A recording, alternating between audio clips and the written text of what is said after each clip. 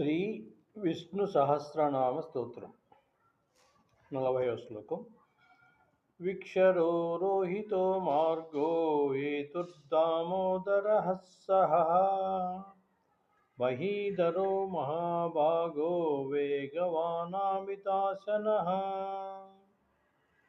విక్షరో రోహితో మార్గో హేతుర్దామోదరః సహ మహీధరో మహాభాగో వేగవానామితాశనః.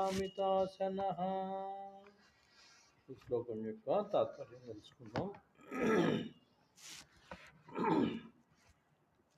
అనంత జలరాశిలో అడ్డు లేకుండా చోటు చేసుకుని చొచ్చుకొని పోయే మహామత్స్యంలాగా మహీధరుడు మహావేగంతో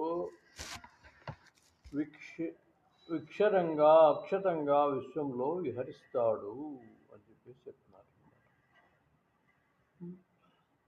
నీటిలో మునిగి నశించే ప్రాణులు అనేకులుండగా మహామీనం లాంటి భగవంతుడు క్షర నిరపేక్షంగా తన పయనం సాగిస్తాడు.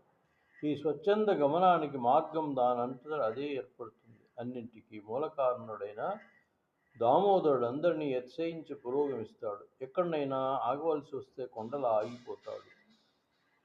కదలడు, మెదలడు, ఎవ్వరూ కదిలించలేరు. కనిపించినదంతా ఈ మత్స్యానికి భక్షణయోగ్యమే. తినరానిది లేదు, తినలేనిది లేదు. ప్రళయకాలంలో కూడా ఈ మత్స్యానికి క్షరం లేదు. ప్రళయం చివర మిగిలేది ఈ మీనం ఒకటే. గమనంలో, సహనంలో, విజయంలో, అభయంలో అన్ని విధాలా ఈ మత్స్యం అవ్యయుడైన ఆదిదేవుని అవతారం అని చెప్పేసి ఈ శ్లోకంలో చెప్తున్నారు.